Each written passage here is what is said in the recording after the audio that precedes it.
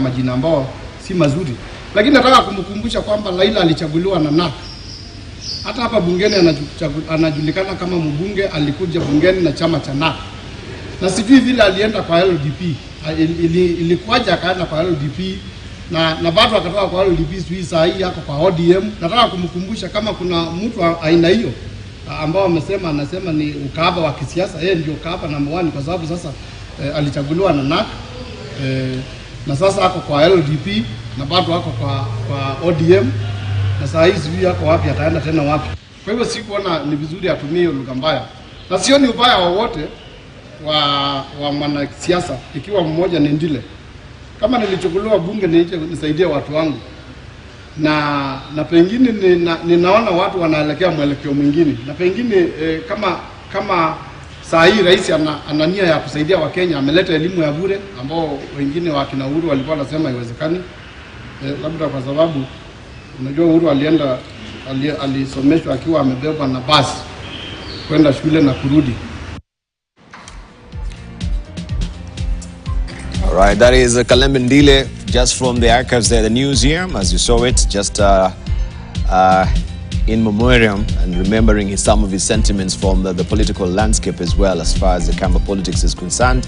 This is what you're waking up to today. If you're joining us this morning on the front page of the Standard Cabinet of Blunders, also is what we're discussing so far, and the reaction of government in regard to the current state of play as far as the floods is concerned, and the response. We saw the president last week holding, of course, an address to make sure that mitigation efforts also meet out to try and help victims of floods and to also contain some of the situations as far as logistical nightmare is concerned. As it is, asking questions, is it a little coming in a bit too late? And of course, the need of it, why has it not been declared a national disaster as it stands so far? And how are some of these ministers also been doing in their dockets so far? We question also the job description of the public, or that is the Prime Cabinet Secretary, Musalia Mudavadi's efforts in terms of coordinating the ministers so far, where there are so many gaps, blunders, and just lackluster performance from some of his docket holders as well. This is what we're discussing in a raft of other issues as well, moving forward. And remember, one of the Cabinet Secretary has an impeachment motion which was selling through Parliament, and right now there is a committee that will make or break him as far as his performance is concerned and his fate is concerned. Dr. Yikali, you on it before I just interrupted? We started that we have a list of 5, and from what my colleagues are saying, that there should actually be 6. I had Musalia Mudavadi here, but let's start with the one who everybody knows about. That is Mithika Luturi. He hasn't performed this. No. First, before you even go on, I'll ask you, were you happy with the debate on the floor of the House? Because you're the one who's always been frustrated as far as these motions are concerned and the health of debate within Parliament. Maybe you can tell us. I think this time forth were you given? No, I didn't. I was partly in the Health Committee and partly in. But what I observed is actually, I think people were given a chance to express themselves. And when the voting came, actually it was bipartisan. And people voted very freely. There was just an issue about the committee at the end of it, when people felt that, you see, the committees were brought in by the leader of majority and the leader of minority, and our side felt that the members of the committee may be people who would be keen to probably not go ahead with what Parliament has decided, which is to actually impeach it. But again, we went and the committee was passed. So I was happy with the process. Even the leadership of the Speaker on this particular process, I think went on well. And we are hoping that this committee will read the mood of Parliament and go by what is available. Because if they don't, from what I don't want to anticipate debate, but should they come with something that probably Parliament is not happy with, because they have shown what they're happy with, and I think that can give us problem. And it is important to note that this thing is coming when we're just approaching the budget discussion. So when things like this happen and they're not done properly, what Parliament expected does not happen, it will even affect the budget process. So on this particular one, the problems of the cabinet secretary, even his history, debar. This is the man who came with a motion to impeach, I think, Anne Waiguru. And Parliament was sitting at 2:30, waiting for him to move the motion. And he was a no-show. The stories that came later on where he was, some of them you have seen in the papers. So, I mean, you look at some of these people, from their history, their integrity, and to the performance. I think let's so we're asking Ruku, maybe the same script might be playing out when it comes to... This one we're expecting that things will go according to the way the Parliament wanted. If you go to the Minister for the Cabinet Secretary for Education, very major things and very good ideas. The funding of universities, a good idea. But up to now, it really hasn't worked effectively. So when a policy decision is made, it may be a good idea, but how you implement it, it's very, very important. And now, the last thing is how we dealt with the issue of opening and closing of schools during these flood disasters. I won't put it on the president this time.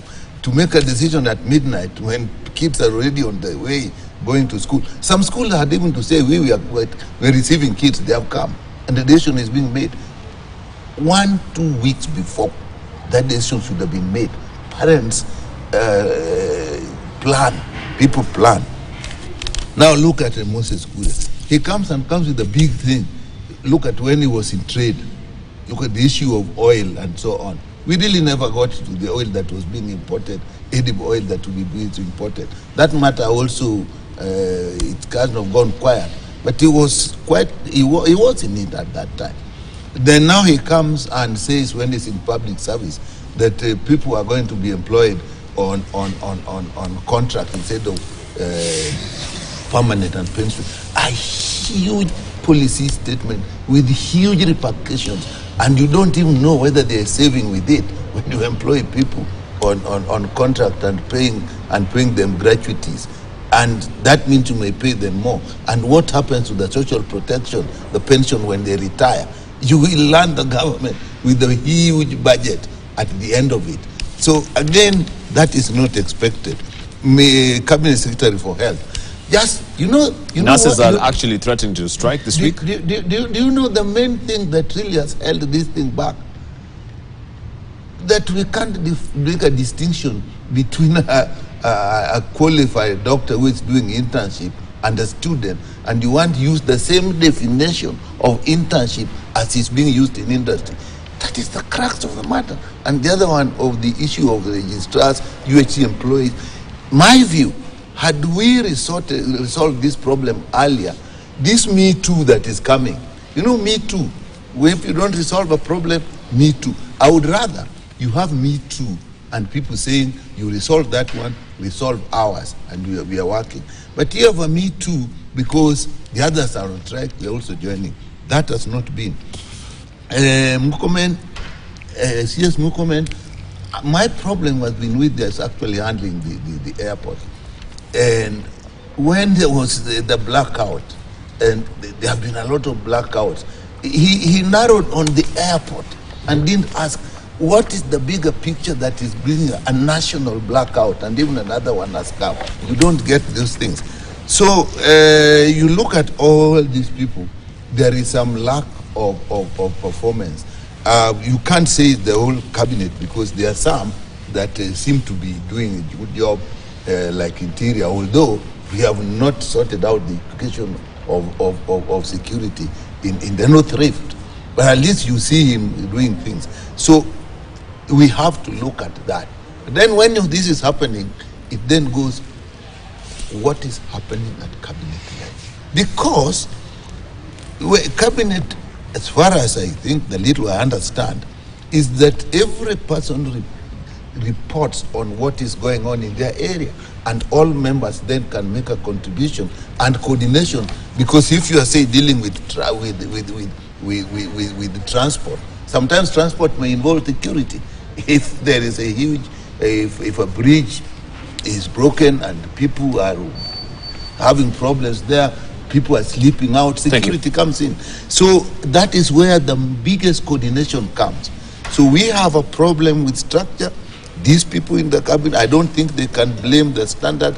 There are reasons why their names have appeared here, as far as I see. All right. So a reshuffle should not be the solution, because the president has done a reshuffle before.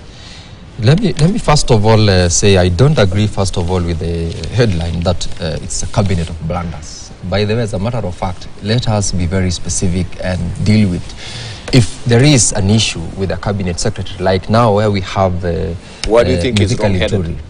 It is because this is what it reads: accountability. Cabinet secretaries in President William Ruto's administration are under fire from the opposition, parliament and citizens over the manner in which they have handled their ducats in the last 18 months. From giving excuses to making gaffes, their performance appears wanting. What the story at page 2 reads is different from this headline. We have 5 cabinet secretaries here. The story at page 2 does not cover the 5 of them. That is number one. Number two, we are talking about 18 months or so. What is? It doesn't. Allow me to take you through. Allow me to take you through what explanation has been given. But all the faces have been given. And in this case, we are talking about the opposition, parliament, and citizens. That be the case. I wanted us to narrow down to the people or the cabinet secretaries whom we have had issues before parliament, and this is a mythical injury. And we had this conversation last week, and that is why the parliament did deal with the petition on impeachment. And at page 2, of course, the story that we are given is what we discussed. There are 3 accusations against mythical injury: gross misconduct, gross violation of the constitution, and committing a crime under national law. We should concentrate on that rather than just giving a blanket accusation on the other cabinet secretaries whose cases, if any, have not been brought before parliament. So if at all, mythical injury will be, of course, he'll be appearing, I believe, before the committee on Thursday to defend himself, and we're going to get a report within 10 days. We have got parliament. They debated last week. We watched through, I also watched through the proceedings, and a vote went. 149 members of parliament voted in support of the impeachment motion. 36 MPs voted against the motion. A good number abstained. That number alone is sending a message of vote of no confidence against him. And that is the message now we are saying, let us concentrate on this one. Is the petition, therefore, that will be placed before the committee going to have evidence to support an impeachment of the CS? We are all politicians. Whenever members of parliament sit in parliament, besides them having their level of technical intelligence and what have you, they are speaking on behalf of thousands and thousands of Kenyans who voted them as their representatives in parliament. So let us allow them now to deal with this issue. They have done the first phase. They have voted for that motion. An 11-member committee has been set up, and every Kenyan, all Kenyans are looking up to the 11 members to now give us a verdict after 10 days as to whether or not these accusations have been substantiated, and therefore Parliament will impeach by asking the Speaker to write a resolution to the President, or they will come back and say the allegations have not been substantiated and therefore the case will end there. So we are all looking up to that 11-member committee, and that should be now probably the headline of this. Otherwise, as regards... but when you mentioned that there are no motions, I don't know where Babu Wino's... Yes, the motion by Babu Wino was ahead of the one by Mr. Luturi. It has not even come to the floor of the House. It has not even been approved by the Speaker. We do not know whether it will progress or not. And that now takes me to the second comment I wanted to make about the listing, because Honorable CS Nakubija has been listed here, and the motion actually has had 2 issues: gross violation of the Constitution and incompetence. We've said that one is yet to get to the Speaker's table. That one is yet to be approved.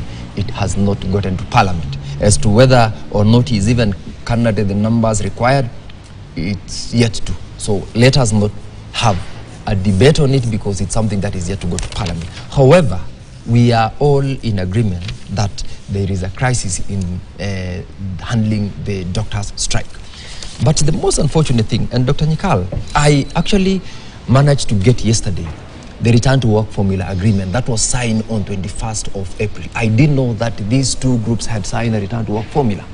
When they are talking about continuation of the strike, when they are talking about the two crucial issues that Dr. Nyikal said regarding the interns and the registrars, this group already signed a return to work formula with the government on 21st of April. What happened leading to the deadlock that we experienced the other day is a backtracking on the part of the KPMDU. I have the agreements here.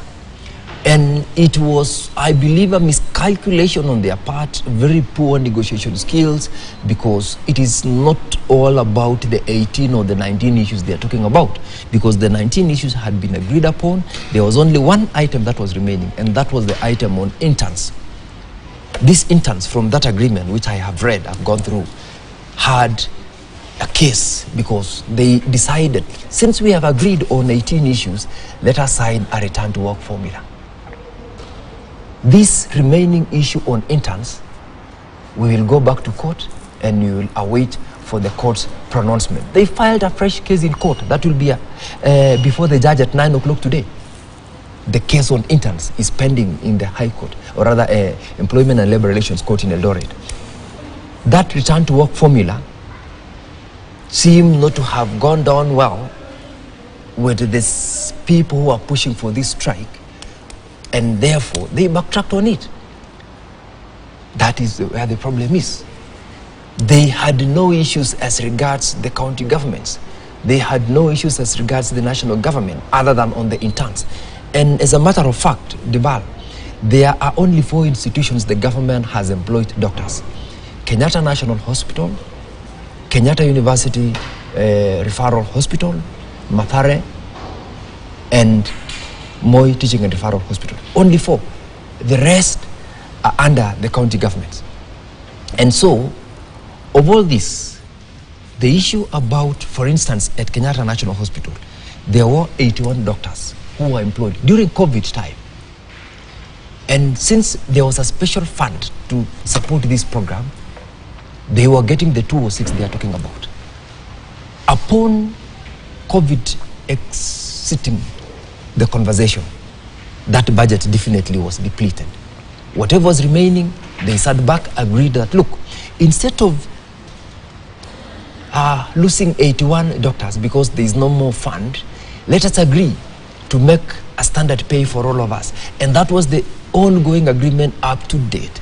Now, it is something that if we were to sit back and look at these details, paragraph by paragraph, we'll appreciate the fact that it is not a normal strike. And therefore, for Nakubija to now be accused of all this mishandling, well, we will all agree that this is the longest strike ever experienced. All right. But this is not the case. Okay. The rest of the CSs, because I've seen my good friend Waziri Kipchumba Murkomen, for example, the other day he appeared on national TV to explain the situation of Jomo Kenyatta International Airport, the challenges that we have had. And at the end of that conversation, everyone was like, the problem is not just the power blackout. The problem is bigger and was bigger. But there are measures which have been put in place to deal with the situation. And by the way, as at now, we haven't had blackouts other than the latest, which was nationwide. Was it on Thursday or Friday?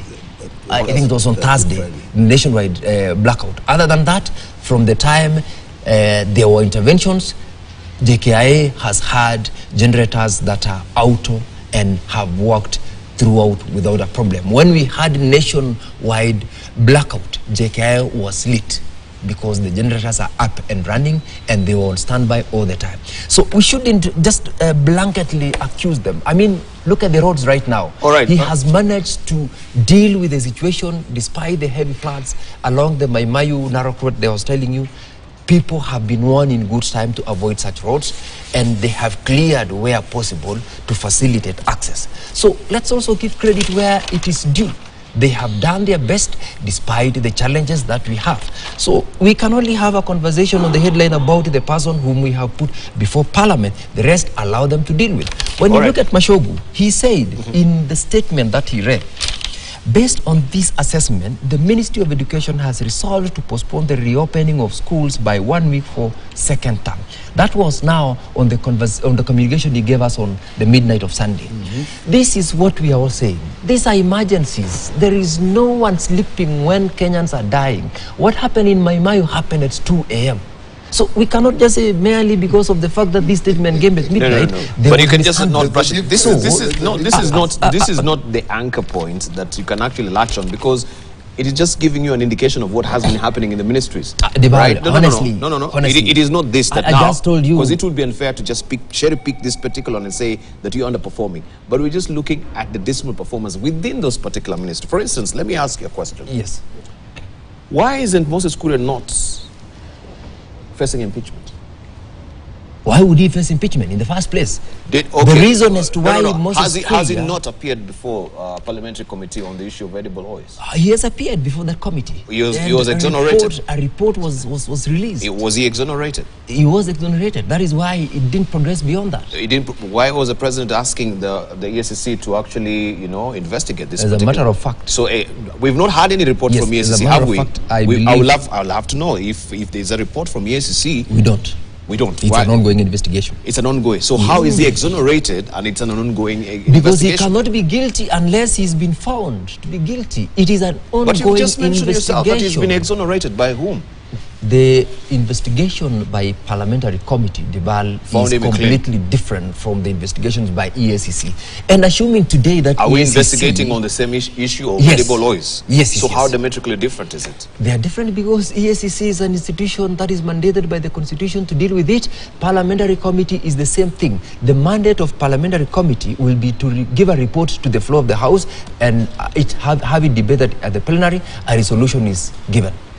Before ESCC, they will investigate, they will subject it to evidentiary processes, give recommendations to the DPP.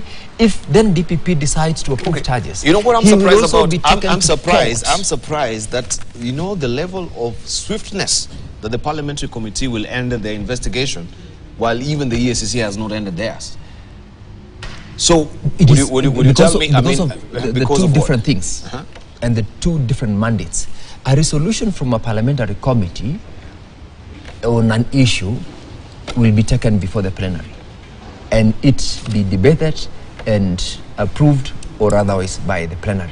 After that, the standing orders, like for the Senate, the standing orders then allows the Speaker of the Senate to write to the relevant ministry or the commission or the accounting authority with the recommendations of that committee. Same case applies to the National Assembly. But for the ESCC, they will also do their recommendations to the Director of Public Prosecution, who then will prefer charges. How long has it been since the President asked the ESCC to do this job? There are some cases, by the way. I've been a practitioner now of law before I got into Parliament, and I still practice as of now. There are cases that investigations have been going for over the last 10 years.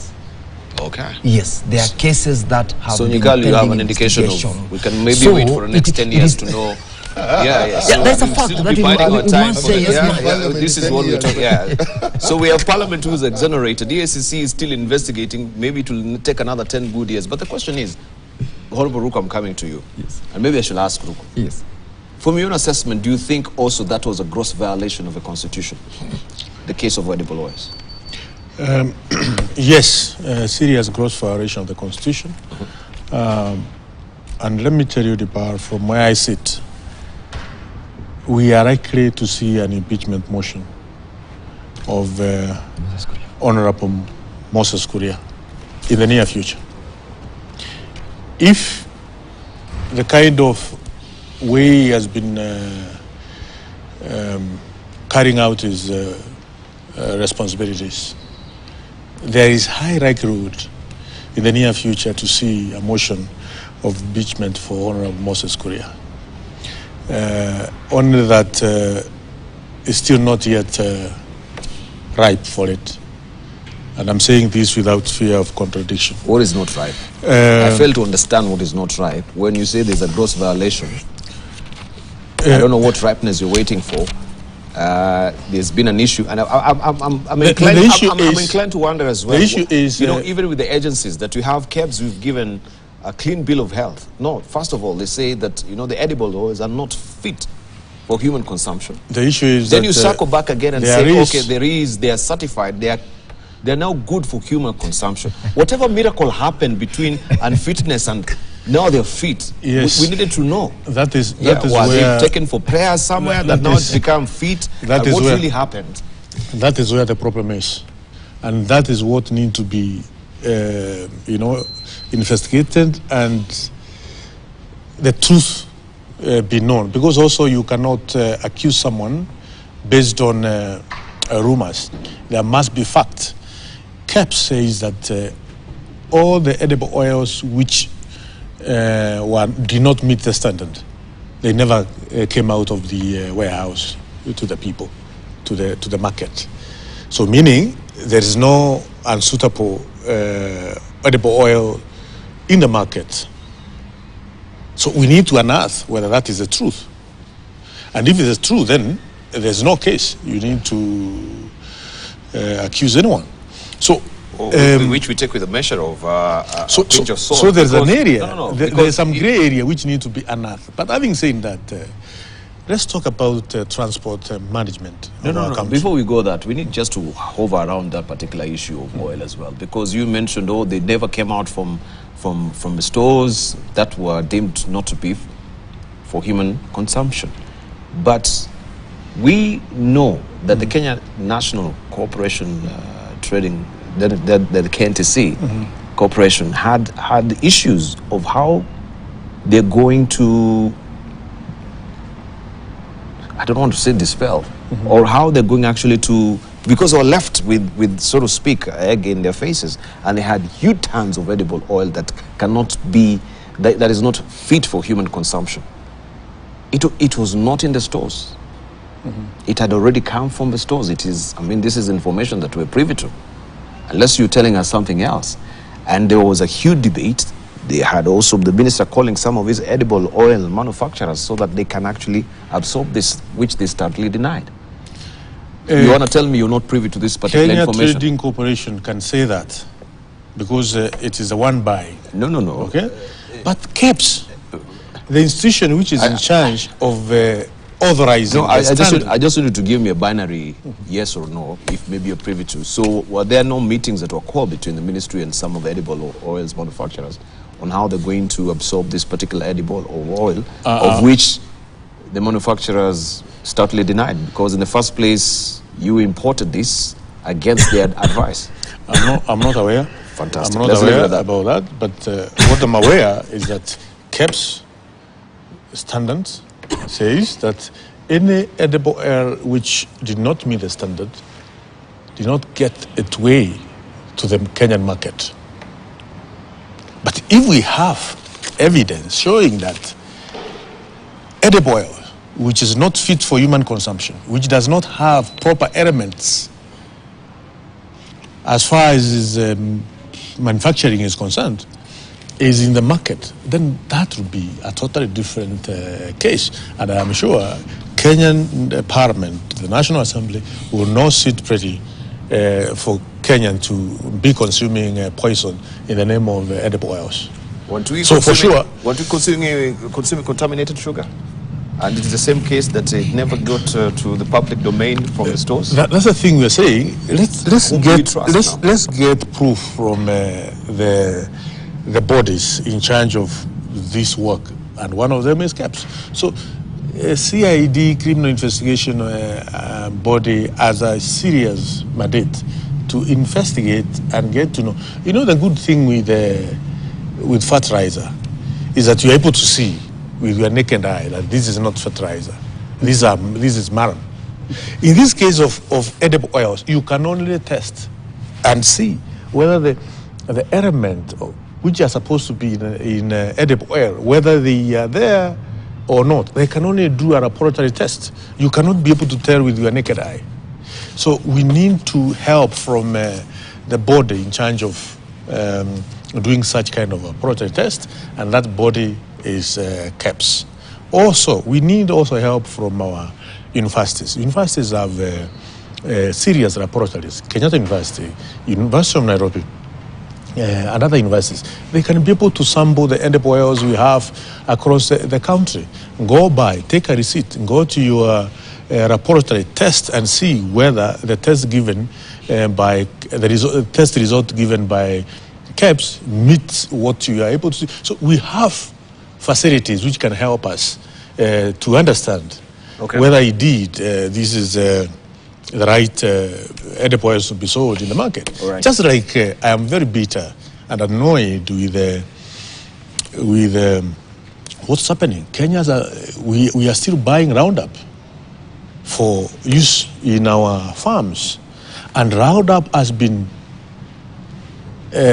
established in America and in Europe that it has carcinogenic elements, and that's why Bayer has been sued and paid huge damages in America and Europe. Honorable Shole has been raising these issues. I think also you've not really taken up any interest in this because the big big farmers who are paying or maybe greasing some of the government officials regarding this. Yeah, questions have been raised around it. I have raised a similar question. Still before you go, before I come to Honorable Nyikal, because I wanted to ask, if Moses Kuria is still there, wasn't it unfair to fire the CEO of Kenya National Trading Corporation?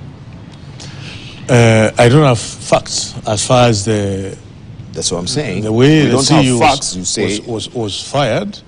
I don't have fact as far as the procurement process of edible oils into the country. The only fact I have is that KEBS has not given damaging laboratory tests saying that these edible oils, are not fit for consumption, and they're in the market. Okay, and they're in the market. They're in the market.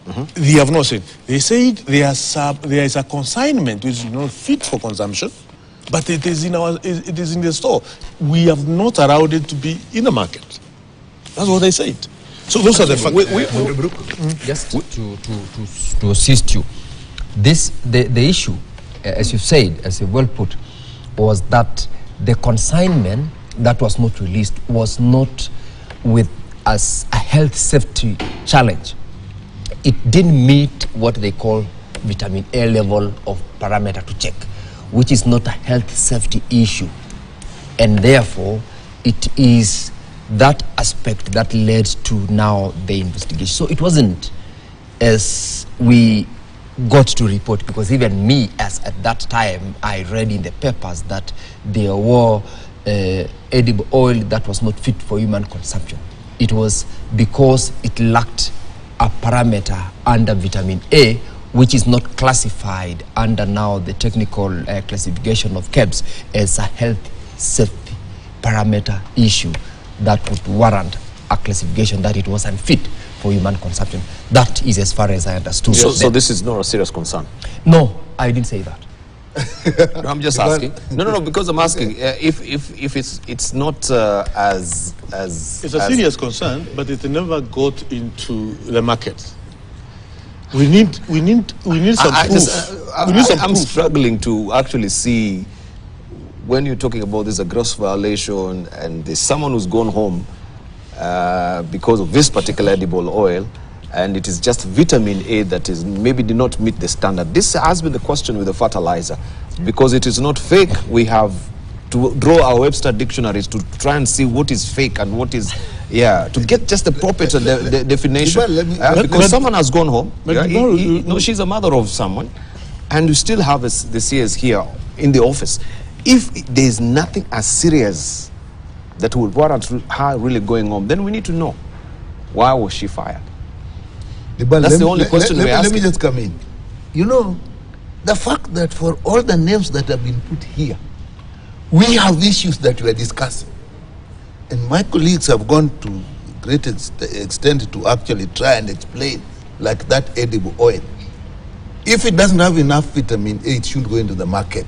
It has a health implication because Was vitamin A maybe an added element as a fortified let's not go edible to oil? That. Yeah, let's not go to that. And if you have to say this is a fertilizer, and you say I can see with my eyes, in these things you don't see with your eyes. The question then comes, are these people using the technical facilities available in the process of protecting us or giving us services? Now, and if in each one of them we have a point that we're discussing at length, whether that is right or no, it says there is something. So I think the newspapers are right to put it out there. Let it be a debate. We have a right to we have discussed at length about Moses Kuria, Ezekiel Machogu, Linturi at length, this, because there are points that we see which we are trying, like my friend Honorable Sigei talked about the strike. There seems to be a lot of lack of honesty or integrity on how this thing, because when you talk to the doctors, they say they actually didn't sign. They say they were going to consult and see whether they would sign. The questions that comes that they sign.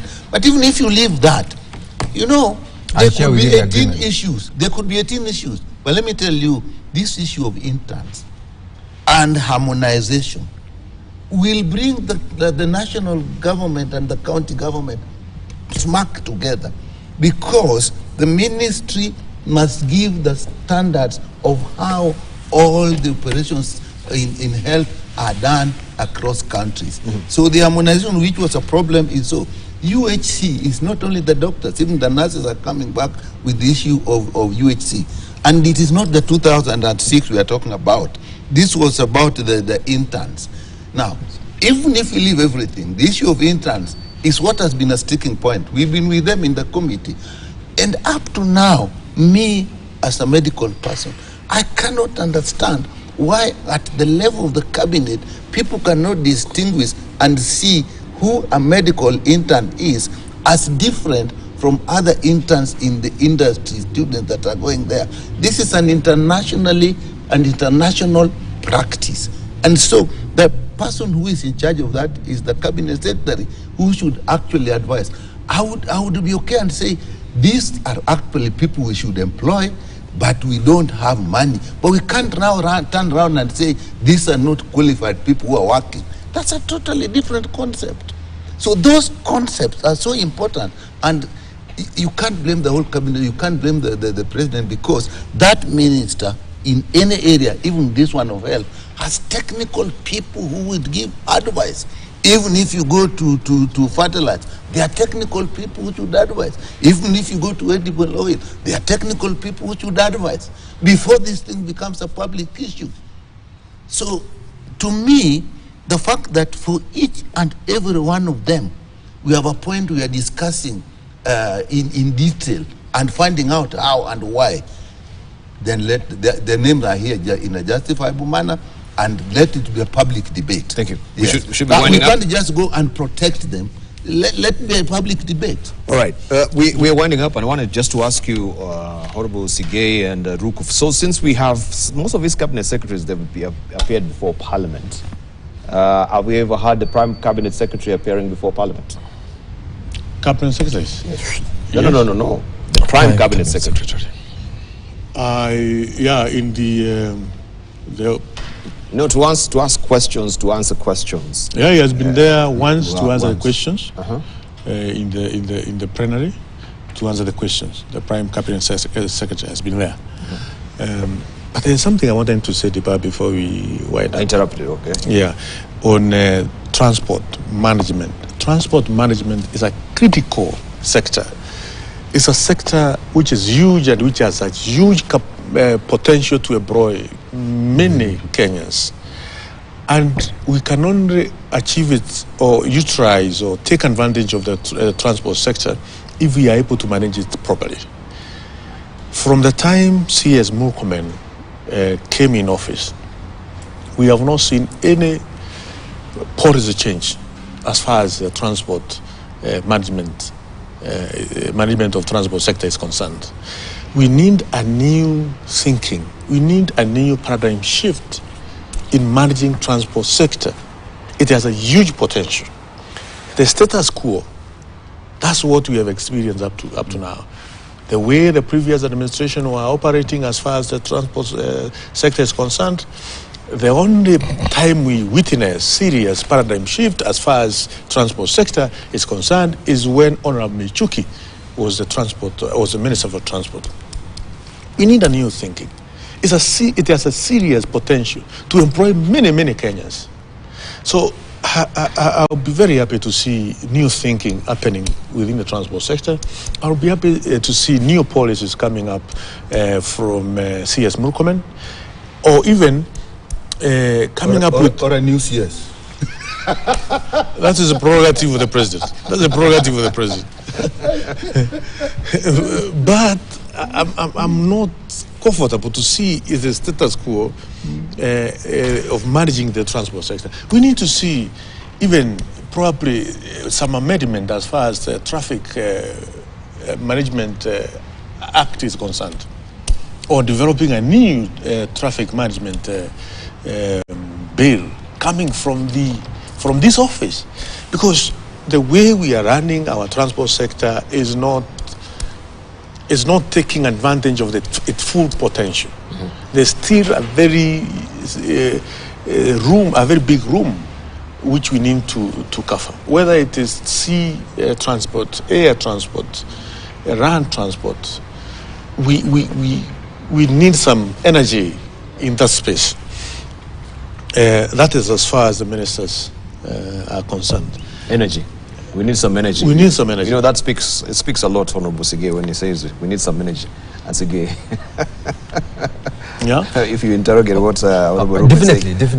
We need some energy. We need some energy. It means there's no oomph, there's no some generation choir that is needed in that particular docket as far as we're concerned. But allow me, because now I can see we're strapped for time. We should be winding up. Mm-hmm. Just 2 minutes to go. I should get your closing remarks, Dr. Nyika. Have you seen the chambers of the Parliament of Tanzania? When on TV, but I've not gone there. You've not gone there. Have you seen the chambers of Uganda? The Parliament? TV? On TV as well. Yeah. How do you rate them? Uganda, not. Not? It's the previous. Yeah. It's previous. So it is the way our chambers during maybe the 8th. When none was ever there. How do you rate of Tanzania? It's look quite lackluster. No. It's quite much better than Uganda. I think so. I've not been there, but just saying. What do you think about ours? Not bad. Not bad. What do you think about ours? It's good. It's good. Sige, what about ours? It's good. Yes, I've been to the East Africa Assembly, that is in Tanzania. No, I just want to know, is it good or bad compared to the others? Our parliament is good. It's good. Yes, why do you need 1 billion shillings to upgrade it? Why? Why do you need 1 billion shillings to upgrade your parliament? That will come before us, so it hasn't come before us. No. But the question is, why do we need 1 billion shillings to upgrade? It's the decision of Parliamentary Service Commission. We have commissioners who are members of parliament who sit in that commission. They will come and explain to us. All right, but you see, there's no point, isn't it, from your assessment? There are we will hear what they are saying. We will hear why they are asking for it. Let me just also give him one. Let me give you one. One of the things that I know we have over time agitated in the Senate is the tech.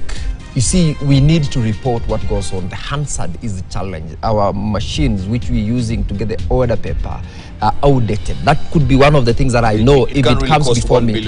Of course it can, but I'm saying if it comes, I'll definitely support on that particular aspect. Okay. But it's yet to get to us. We will hear what they want. Okay, fine. We need to wind up. Dr. Nyika? And still you want money. We want to, I have so many questions, but this stuff. No, mine is, I think, we should run this government with the view of supporting services. And I think the cabinet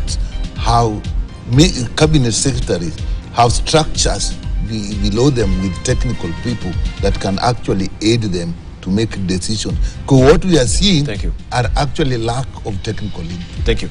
Almost your closing remarks. I would like to close by asking Kenyans to be extra careful, to be each brothers and sisters keeper during this time.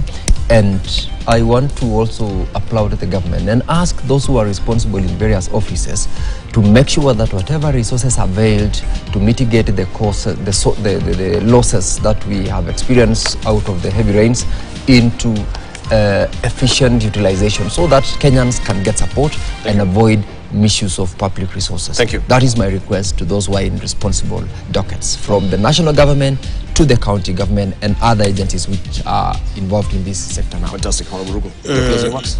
The resilience we have seen in with the investors within the transport sector, especially in matatu industry, the resilience is very high. If these people are well supported and well organized from the transport docket to transit from whatever is happening now to mass rapid transit system within the the Nairobi metropolis, we will see massive investment from the same people who are at the moment within the transport sector into a well-organized transport system within Nairobi metropolis. This needs to be done. We need to see the minister talking about it. He has been quiet for the last 1.5 years. We need to see some energy in that sector, and he can't continue keeping quiet. There are many investors who are willing to come and shape it. Thank you. We can't continue bothering our people in very old matatus. Thank you. Yeah, so he's out. Thank you very much for your sentiments, gentlemen. I really do appreciate. I think lots of issues that you've covered so far, and I want to thank you also for your valued company. Don't go away. News Diary is up next. I want to thank Dr. Nyikal, Honorable Sige, and